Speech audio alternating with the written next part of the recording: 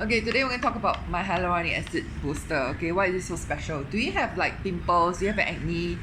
Do you find that whatever moisturizer that you put in is still dry? Okay, so I want to introduce to you my booster. Okay, basically you use it after your toner. You booster first, then followed by a serum and your own moisturizer. Okay, so basically, right, even if you're using my retinol, you can still use the booster. Okay, after 8 weeks. All right. So basically, what this hyaluronic acid do?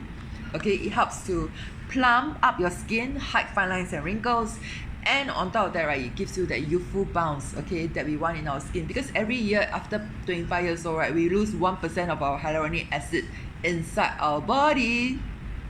Hence that's why, right, if you're always constantly dry, dehydrated skin, or you have pimples, right, you can use this one as a moisturizer as well, okay, for the teenagers, for the young ones as well, okay, because sometimes our skin, right, the barrier has broken down and you need this one to act as like a humectant, act as like a barrier against the environment.